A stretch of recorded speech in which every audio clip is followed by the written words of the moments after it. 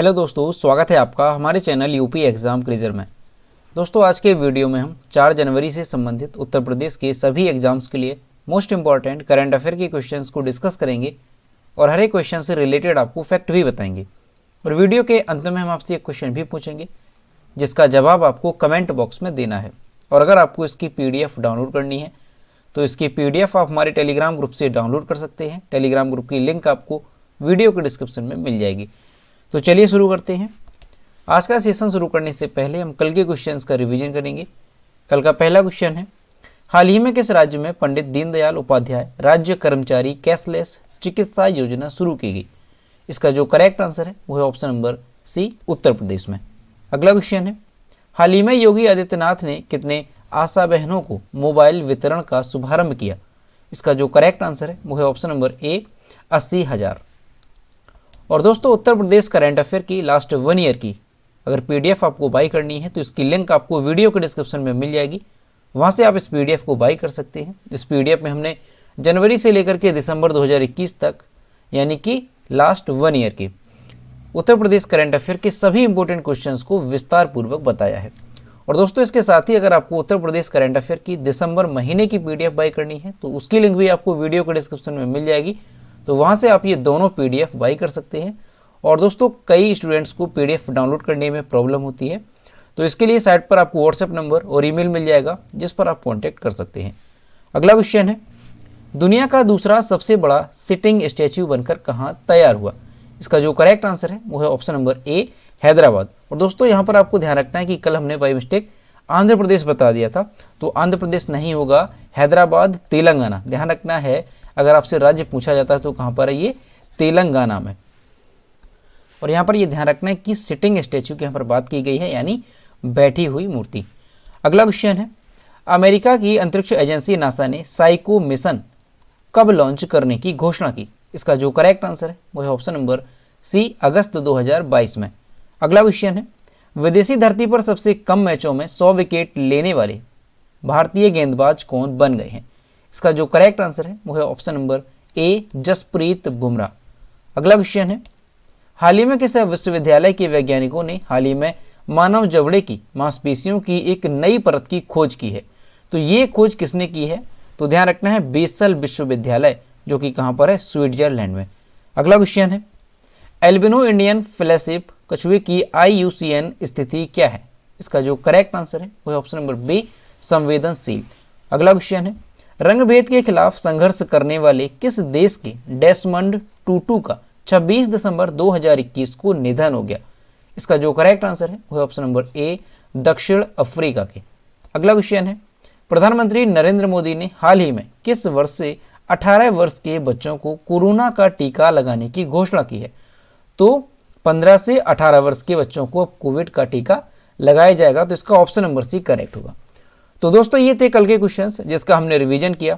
अब हम शुरू करते हैं आज का सेशन। आज का पहला क्वेश्चन है, उत्तर प्रदेश सरकार द्वारा छात्र छात्राओं को निःशुल्क अध्यापन कराने के लिए किस IT कंपनी के साथ जल्द MOU साइन किया जाएगा? इसका जो करेक्ट आंसर है वो है ऑप्शन नंबर ए, इंफोसिस कंपनी के साथ। यूपी में युवा बिना किसी खर्चे के निःशुल्क ऑनलाइन पढ़ाई कर सकेंगे। इसका इंतजाम यूपी सरकार के द्वारा किया जा रहा है। अब दोस्तों, इसके लिए क्या होगा? तो जो मल्टीनेशनल कंपनी है इंफोसिस, तो उसके साथ जो है यूपी सरकार MOU पर हस्ताक्षर करेगा। तो इसके बाद जो लाखों छात्र छात्राएं हैं वो ऑनलाइन फ्री यानी निःशुल्क में पढ़ाई कर सकेंगे। सरकार के समझौते के बाद कंपनी अपने कोर्सों और प्रोग्राम को विषयवार छात्रों के टैबलेट और स्मार्टफोन में ऑनलाइन उपलब्ध कराएगी।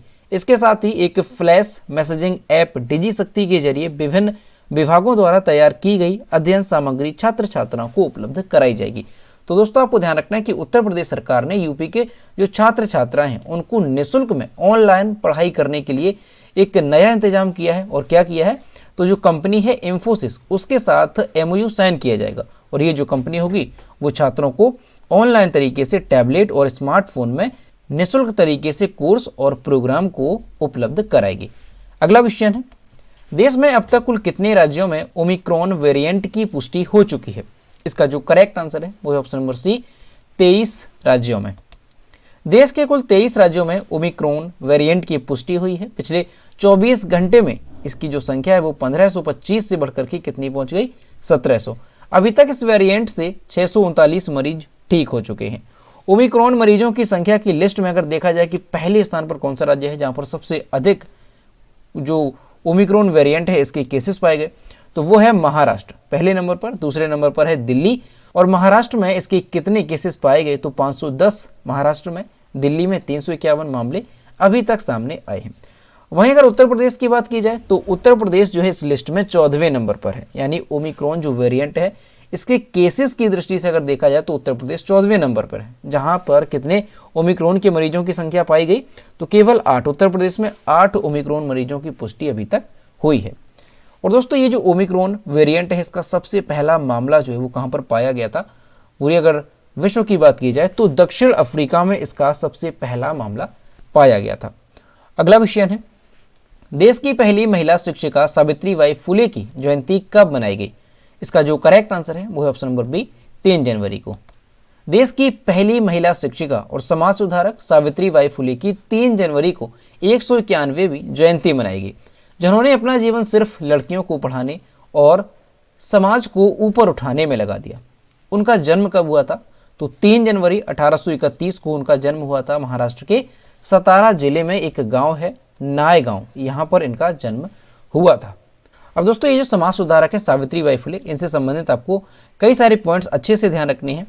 तो क्या कि उन्होंने साल 1848 में महाराष्ट्र के पुणे में लड़कियों के लिए देश का पहला गर्ल्स स्कूल शुरू किया था। ये मोस्ट इंपॉर्टेंट है, ध्यान रखना है कि महिलाओं के लिए यानी लड़कियों के लिए देश का पहला गर्ल्स स्कूल किसने शुरू किया था? तो किसने किया था? समाज सुधारक सावित्रीबाई फुले ने। कब? 1848 में। कहां पर? तो ध्यान रखना है महाराष्ट्र के पुणे में। जिस समय सावित्रीबाई फुले की शादी हुई थी उस समय वह अनपढ़ थी। ये एक यहाँ पर बड़ी बात है कि ये अनपढ़ थी और इन्होंने ही देश के पहले गर्ल्स स्कूल को शुरू किया था। वे भारत की पहली बालिका विश्वविद्यालय की पहली प्रिंसिपल और पहले किसान स्कूल की संस्थापिका थी। तो ये भी आपको ध्यान रखना है।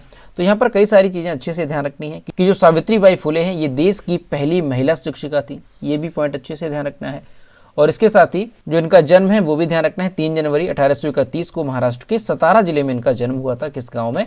तो नाय गांव में इनका जन्म हुआ था। अगला क्वेश्चन है, देश की पहली कागज रहित अदालत निम्न में से कौन बन गई है? इसका जो करेक्ट आंसर है वो है ऑप्शन नंबर ए, Kerala high court. Kerala high court देश की पहली कागज रहित अदालत बन गई है। सुप्रीम कोर्ट के जस्टिस डी.वाई. चंद्रचूड़ ने 1 जनवरी 2022 को इसका उद्घाटन किया। डी.वाई. चंद्रचूड़ ने कहा कि न्यायालय एक सेवा है जो राज्य द्वारा अपने सभी नागरिकों को प्रदान की जाती है और ई फाइलिंग और कागज रहित अदालतें न्याय के विकेंद्रीकरण की दिशा में एक महत्वपूर्ण कदम है। तो दोस्तों ये क्वेश्चन मोस्ट इंपॉर्टेंट है, अच्छे से ध्यान रखना है। आने वाले एग्जाम्स में पूछा जा सकता है कि देश की पहली कागज रहित अदालत कौन बन गई है? तो केरल हाईकोर्ट जो है ये देश की पहली कागज रहित अदालत बन गई है। अब दोस्तों कागज रहित अदालत बनने का यहाँ पर क्या मतलब है कि यहाँ पर जो सारे काम है वो अब कागज पर नहीं किए जाएंगे। सारे काम जो है वो ऑनलाइन तरीके से किए जाएंगे, लैपटॉप और टैबलेट के माध्यम से। अगला क्वेश्चन है, निम्न में से कौन सा राज्य देश का पहला एलपीजी युक्त और धुआं मुक्त राज्य बन गया है? इसका जो करेक्ट आंसर है वो है option number B, Himachal Pradesh. केंद्र सरकार की उज्ज्वला और प्रदेश सरकार की गृहिणी सुविधा योजना की बदौलत हिमाचल प्रदेश देश का पहला एलपीजी युक्त और धुआं मुक्त राज्य बन गया है। लकड़ी से चूल्हा जलाते समय धुएं से होने वाली गंभीर बीमारियों से महिलाओं को निजात दिलाने के लिए केंद्र सरकार ने उज्ज्वला योजना शुरू की थी। राज्य सरकार ने भी अधिक से अधिक महिलाओं को लाभ पहुंचाने के लिए गृहिणी सुविधा योजना शुरू की है। तो दोस्तों ये क्वेश्चन भी मोस्ट इंपॉर्टेंट है, इसे भी आपको अच्छे से ध्यान रखना है और साथ ही आपको इस क्वेश्चन को नोट भी करना है कि देश का पहला एलपीजी युक्त और धुआं मुक्त राज्य कौन बन गया? तो ये कौन सा राज्य बना है? तो ध्यान रखना है हिमाचल प्रदेश ये पहला राज्य बन गया है। और दोस्तों केंद्र सरकार ने महिलाओं को धुएं से होने वाली गंभीर बीमारियों से निजात दिलाने के लिए एक योजना शुरू की थी। कौन सी? उज्ज्वला योजना। और इसी के साथ जो हिमाचल प्रदेश है इसने अपने प्रदेश में गृहिणी सुविधा योजना शुरू की। तो इन दोनों योजनाओं की बदौलत से जो हिमाचल प्रदेश है इसने ये कारनामा कर दिखाया है, यानी देश का पहला एलपीजी युक्त और धुआं मुक्त ये राज्य बन गया है। अब यहाँ पर हिमाचल प्रदेश की बात है तो ये है मैप में हिमाचल प्रदेश। हिमाचल प्रदेश की कैपिटल है शिमला। हिमाचल प्रदेश के चीफ मिनिस्टर हैं जयराम ठाकुर और हिमाचल प्रदेश के गवर्नर हैं राजेंद्र अर्लेकर। और हिमाचल प्रदेश में लोकसभा सीटों की संख्या कितनी है? तो ध्यान रखना है 4 यहाँ पर लोकसभा सीटों की संख्या है और 3 यहाँ पर राज्यसभा सीटों की संख्या है। अगला क्वेश्चन है, हाल ही में किस भारतीय महिला क्रिकेट खिलाड़ी को साल की सर्वश्रेष्ठ क्रिकेटर के रूप में नामित किया गया? इसका जो करेक्ट आंसर है वो है option number C, Smriti Mandhana. और यहाँ पर आप इमेज में देख सकते हैं, ये है महिला क्रिकेटर स्मृति मंधाना। अंतर्राष्ट्रीय क्रिकेट परिषद आईसीसी ने साल 2021 के सर्वश्रेष्ठ महिला क्रिकेटर अवार्ड के लिए शॉर्ट लिस्ट खिलाड़ियों की घोषणा कर दी है। भारतीय महिला टीम की सलामी बल्लेबाज स्मृति मंधाना को, नाम अच्छे से ध्यान रखना है, स्मृति मंधाना को सभी प्रारूपों में शानदार प्रदर्शन के लिए इस पुरस्कार के लिए नामांकित किया गया। ये जो स्मृति मंधाना है ये बाएं हाथ की बल्लेबाज हैं और इन्होंने साल 2021 के दौरान 22 अंतर्राष्ट्रीय मैचों में 38.86 की औसत से 855 रन बनाए, जिसमें 1 शतक और 5 अर्धशतक शामिल रहे। तो दोस्तों ये क्वेश्चन भी मोस्ट इंपॉर्टेंट है, आपको अच्छे से ध्यान रखना है कि साल 2021 के सर्वश्रेष्ठ महिला क्रिकेटर का अवार्ड किसे दिया गया? तो ये दिया गया है स्मृति मंधाना को।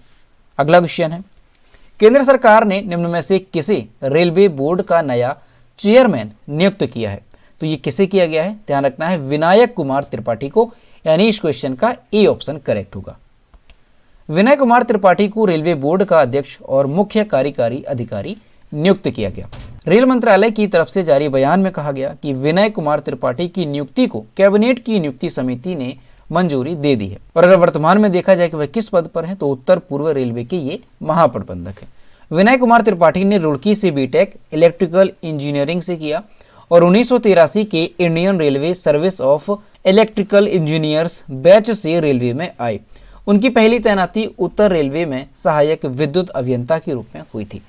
तो दोस्तों ध्यान रखना है कि रेलवे बोर्ड का अध्यक्ष और मुख्य कार्यकारी अधिकारी किसे नियुक्त किया गया? तो विनय कुमार त्रिपाठी को। अगला क्वेश्चन है, इनमें से किस देश ने हाल ही में विश्व रोबोटिक्स नवाचार का केंद्र बनने के लिए 5 वर्षीय योजना शुरू की है? तो ये जो 5 वर्षीय योजना है ये चीन के द्वारा शुरू की गई है, यानी ऑप्शन नंबर सी इसका करेक्ट होगा। चीन ने हाल ही में विश्व रोबोटिक्स नवाचार का केंद्र बनने के लिए 5 वर्षीय योजना शुरू की है। चीन ने 5 साल के रोड मैप की घोषणा की है, यानी ये जो 5 वर्षीय योजना है इसके अंतर्गत चीन ने 5 साल के रोड मैप की घोषणा की है। और चीन के रोबोटिक्स उद्योग से परिचालन आय 2021 और 2025 के बीच प्रति वर्ष लगभग 20% बढ़ने की उम्मीद है इस 5 वर्षीय योजना के माध्यम से। तो ध्यान रखना है कि अगर पूछा जाता है कि विश्व रोबोटिक्स नवाचार का केंद्र बनने के लिए 5 वर्षीय योजना किस देश ने शुरू की है, तो ये चीन ने शुरू की है। अगला क्वेश्चन है, राजनीतिक गतिरोध के चलते निम्न में से किस देश के प्रधानमंत्री अब्दुल्ला हमदोक ने अपने पद से इस्तीफा दे दिया है? तो दोस्तों ये जो प्रधानमंत्री थे अब्दुल्ला हमदोक, ये सूडान के प्रधानमंत्री थे, यानी ऑप्शन नंबर 20 का करेक्ट होगा। सूडान के प्रधानमंत्री अब्दुल्ला हमदोक ने सैन्य तख्तापलट के बाद पैदा हुए राजनीतिक गतिरोध और व्यापक लोकतंत्र समर्थक विरोध के बीच 2 जनवरी 2022 को अपने पद से इस्तीफे देने की घोषणा कर दी। संयुक्त राष्ट्र के पूर्व अधिकारी हमदोक को सूडान की सत्ता हस्तांतरण सरकार में आम जन का एक चेहरा माना जाता था। अक्टूबर में सेना द्वारा किए गए तख्तापलट के बाद एक समझौते के तहत उन्हें उनके पद पर दोबारा नियुक्त किया गया था। तो दोस्तों काफी इंपॉर्टेंट है, ये चर्चा में है। अब्दुल्ला हमदोक ये किस देश के प्रधानमंत्री हैं? तो आपको ध्यान रखना है सूडान के प्रधानमंत्री थे और इन्होंने 2 जनवरी 2022 को अपने पद से इस्तीफा देने की घोषणा कर दी। तो यहाँ पर आपको सूडान से संबंधित ध्यान रखना है कि सूडान की कैपिटल क्या है? तो खार्तूम सूडान की कैपिटल है। सूडान की करेंसी क्या है? तो सूडानीज पाउंड सूडान की करेंसी है। और प्रधानमंत्री कौन थे? तो अब्दुल्ला हमदोक, जिन्होंने इस्तीफा देने की घोषणा कर दी।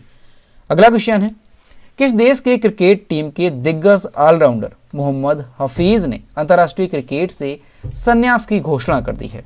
इसका जो करेक्ट आंसर है वो है ऑप्शन नंबर ए, पाकिस्तान के। पाकिस्तान क्रिकेट टीम के दिग्गज ऑलराउंडर मोहम्मद हफीज ने अंतर्राष्ट्रीय क्रिकेट से संन्यास की घोषणा कर दी है। हफीज के संन्यास की जानकारी अंतर्राष्ट्रीय क्रिकेट काउंसिल ने ट्वीट करके दी। हफीज ने पाकिस्तान के लिए अपना आखिरी मैच T20 विश्व कप 2021 में खेला था। उन्होंने अंतर्राष्ट्रीय क्रिकेट में पाकिस्तान के लिए 12,780 रन बनाए। पिछले कुछ सालों से वे केवल T20 क्रिकेट ही खेल रहे थे। उन्होंने अपना आखिरी वनडे कब खेला? तो वनडे मैच उन्होंने 2019 में बांग्लादेश के खिलाफ खेला था। तो ध्यान रखना है कि जो मोहम्मद हफीज हैं ये किस देश के क्रिकेटर हैं? तो ये पाकिस्तान के क्रिकेटर हैं और अभी इन्होंने अंतर्राष्ट्रीय क्रिकेट से संन्यास लेने की घोषणा कर दी। तो दोस्तों ये थे 4 जनवरी से संबंधित उत्तर प्रदेश करंट अफेयर के सभी इंपॉर्टेंट क्वेश्चंस जो कि हमने डिस्कस किए। अब हम देखते हैं कल के वीडियो का क्वेश्चन जो हमने आपसे पूछा था। तो ये है कल के वीडियो का क्वेश्चन जो हमने आपसे पूछा था। निम्न में से किस देश ने हाल ही में विश्व की सबसे लंबी मेट्रो लाइन शुरू की है? इसका जो करेक्ट आंसर था वो ऑप्शन नंबर बी था, चीन। और लगभग सभी स्टूडेंट्स ने इसके सही जवाब किए। और मैं आपसे हर रोज कहता हूं कि जो भी क्वेश्चन आपसे पूछा जाए तो सभी लोग उसका आंसर जरूर किया करो। तो ये है आज का क्वेश्चन। प्रधानमंत्री नरेंद्र मोदी ने कहां पर मेजर ध्यानचंद खेल यूनिवर्सिटी का शिलान्यास किया? ऑप्शन नंबर ए है गोरखपुर, बी है मेरठ, सी है इटावा और डी है लखनऊ। तो इसका जो भी करेक्ट आंसर है वो आपको कमेंट बॉक्स में बताना है। और दोस्तों सभी लोग क्वेश्चन का आंसर जरूर किया करो। तो दोस्तों अगर आपको आज का वीडियो पसंद आया हो तो वीडियो को लाइक करें, अपने दोस्तों के साथ शेयर करें और अगर अभी तक हमारे चैनल पर नए हैं तो चैनल को सब्सक्राइब करना ना भूलें। साथ ही बेल आइकन को भी प्रेस करें ताकि टाइम टू टाइम नोटिफिकेशन आप तक पहुंचता रहे। तो मिलते हैं नेक्स्ट वीडियो में। Thank you.